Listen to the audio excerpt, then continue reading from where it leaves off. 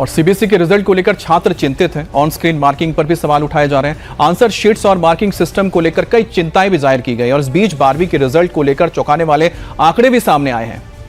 CBSE 12वीं के result को लेकर एक और चौंकाने वाला खुलासा हुआ है। अकेले फिजिक्स में 94,500 छात्र फेल हो गए। फिजिक्स में ही 97 बच्चों को 100% मार्क्स भी आ गए, जबकि मैथ्स, केमिस्ट्री और अकाउंट्स में 1000 से ज्यादा बच्चों को 100 नंबर मिल गए। मैथ्स में 1200 छात्रों को 100 नंबर मिल गए। अकाउंट्स में 1400 से ज्यादा छात्रों को 100 नंबर मिले। पिछले साल के मुकाबले इस साल पासिंग परसेंटेज भी गड़बड़ हुई है। अब 2025 में 88.39% छात्र पास हुए थे, जबकि इस साल यह घटकर 85.20 हो गया है। और 2025 में 12वीं के एग्जाम में 1,29,000 छात्रों के कंपार्टमेंट आए थे, जबकि इस साल यह बढ़कर 1,63,000 हो गया है। अब जाने माने शिक्षाविद इसे ऑन स्क्रीन सिस्टम का दोष मानते हैं, लिहाजा अब फेल हुए छात्रों को ग्रेस मार्क्स देने की मांग पर अब जोर पकड़ने लगा है।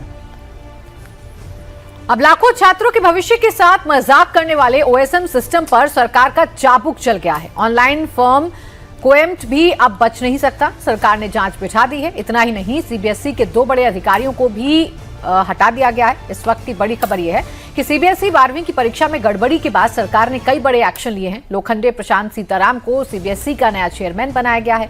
चेयरमैन राहुल सिंह और सेक्रेटरी हिमांशु गुप्ता को पद से हटा दिया गया है।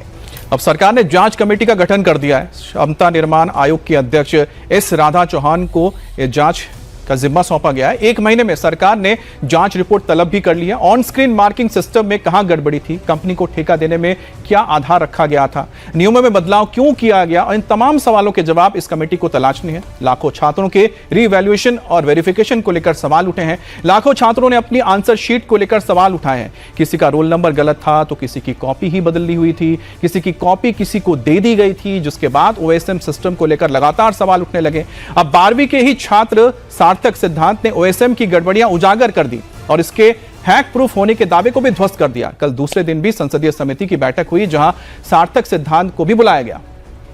17 साल का ये छात्र हाई लेवल मीटिंग का अहम हिस्सा था। 2 दिन चली मैराथन बैठक के दौरान सीबीएसई के अधिकारियों से बेहद सख्त सवाल पूछे गए और आखिरकार कल चेयरमैन और सेक्रेटरी की छुट्टी कर दी गई।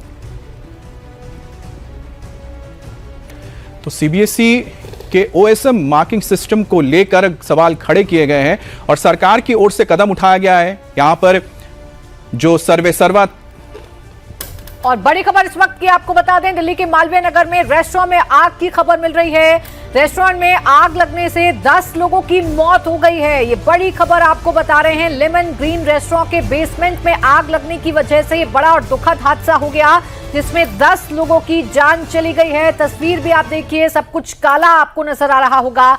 आग कितनी भीषण थी, इसी बात से अंदाजा लगाया जा सकता है कि 10 लोगों ने अपनी जान इस दुखद हादसे में गंवा दी है। तो लेमन ग्रीन रेस्टोरेंट के बेसमेंट में आग लगी थी। दिल्ली के मालवीय नगर में यह रेस्टोरेंट है और 10 लोगों की मौत की खबर है। तो ये बहुत ही दुखद खबर दिल्ली से आ रही है, जहां पर लेमन ग्रीन रेस्टोरेंट के बेसमेंट में आग लगी। मालवीय नगर साउथ दिल्ली का एक पॉश इलाका है, वहां पर यह रेस्टोरेंट था और इसके बेसमेंट में आग लगने की वजह से 10 लोग चपेट में आ गए और 10 लोगों की जान चली गई। तो ये दुखद खबर इस वक्त दिल्ली से आ रही है, जहां पर 10 लोगों की मौत हुई है। मौके पर फायर ब्रिगेड की टीम पहुंची है। अब कूलिंग का काम तो कर लिया गया है, जिसके बाद फायर ब्रिगेड के जो अधिकारी हैं और 2 वहां पर कर्मी मौजूद हैं, वो अंदर बेसमेंट में जाकर अभी भी तफ्तीश कर रहे हैं। अब देखिए, बेसमेंट में अगर आग लगी है तो ऐसे में पूरी इमारत के स्ट्रक्चरल सेफ्टी का भी खतरा बढ़ जाता है, यानी कि नींव को भी ये डैमेज कर सकता है। अब आगे देखा जाएगा कि इस इमारत में कौन है जो रहते हैं, क्योंकि यहां पर कई सारी ऐसी इमारत हैं जो मिक्स्ड यूज इस्तेमाल होती है, जिसमें कमर्शियल एक्टिविटी भी चलती है और साथ ही साथ रिहाइश भी होती है। तो ऐसे में देखना होगा कि आखिरकार ये इमारत रहने के लिए या फिर किसी भी कमर्शियल एक्टिविटी के लिए कितनी सेफ है। बेसमेंट में अगर आग लगे तो जाहिर सी बात है कि पूरे स्ट्रक्चर के ऊपर इसका असर होता है। अतुल भाटिया हमारे सहयोगी इस वक्त जुड़ गए। अतुल, सबसे पहले ताजा अपडेट बताइए कि आग पर पूरी तरीके से काबू पा लिया गया है और सबको बाहर निकाल लिया गया है। देखिए, जिस तरीके से सुबह लगभग 8:45 करीब ये आग लगी थी और अभी कई लोगों को इसमें निकाला गया है क्योंकि अभी आग बुझाने का काम चल रहा है, कूलिंग प्रोसेस पूरा चल रहा है। तो अभी कुछ और इसके अंदर हो सकते हैं लोग, लेकिन अभी 10 लोगों की मौत की पुष्टि फायर ब्रिगेड और दिल्ली पुलिस ने कर दी है। तो कुल मिला के जो ये रेस्टोरेंट है इसके अंदर 10 लोगों की मौत की पुष्टि अब तक हो चुकी है। कई लोग घायल भी बताए जा रहे हैं। किन कारणों से हादसा हुआ इसकी तफ्तीश अभी की जाएगी, लेकिन अभी पुलिस और जो फायर ब्रिगेड है उनकी पहली प्रायोरिटी यही थी दिल्ली फायर सर्विस की कि जल्द से जल्द जो है जितने भी लोग हैं जो अंदर फंसे हुए थे उनको बाहर निकाला जाए। बताया जाता है कि तकरीबन 15 लोगों को जो है वो इसमें रेस्क्यू कराया गया, लेकिन अभी तक इस पूरी जो फायर है इसके अंदर 10 लोगों की मौत हो चुकी है। तो फिलहाल पुलिस और फायर ब्रिगेड की जो गाड़ियां हैं वो मौके पर है। आग बुझाने का काम लगातार किया जा रहा है, कूलिंग प्रोसेस जो है वो अभी वहां पर किया जा रहा है, लेकिन अभी कुछ लोगों की और भी इसमें फंसे होने की आशंका है। अच्छा अतुल, एक बात बताइए कि जो मौतें हुई है ये कौन लोग थे? क्या क्योंकि इतने सुबह क्या कस्टमर पहुंचे थे, क्या रेस्टोरेंट खुला था, या फिर जो कर्मचारी काम कर रहे थे वो मौजूद थे?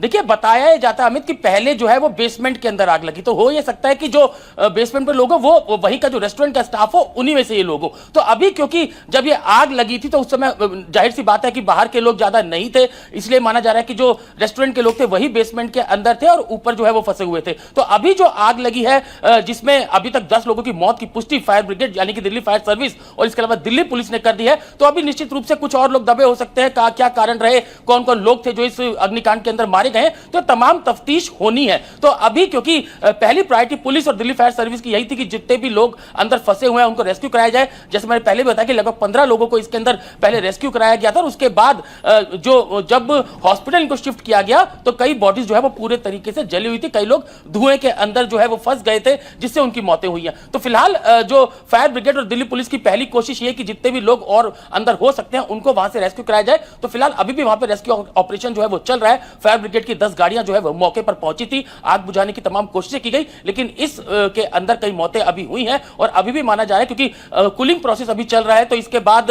यह देखना होगा कि क्या कुछ और भी लोग अंदर फंसे हुए थे, क्योंकि एकाएक ये आग भड़की और उसके बाद कुछ लोग फंसे हुए थे जिनसे ये मौतें हुई हैं। तो फिलहाल जो घायल है उनको हॉस्पिटल में शिफ्ट किया गया है, लेकिन हमें जो बताया जा रहा है कि जो पुलिस के सूत्र बता रहे हैं कि जो मौत का आंकड़ा है वो और भी बढ़ सकता है।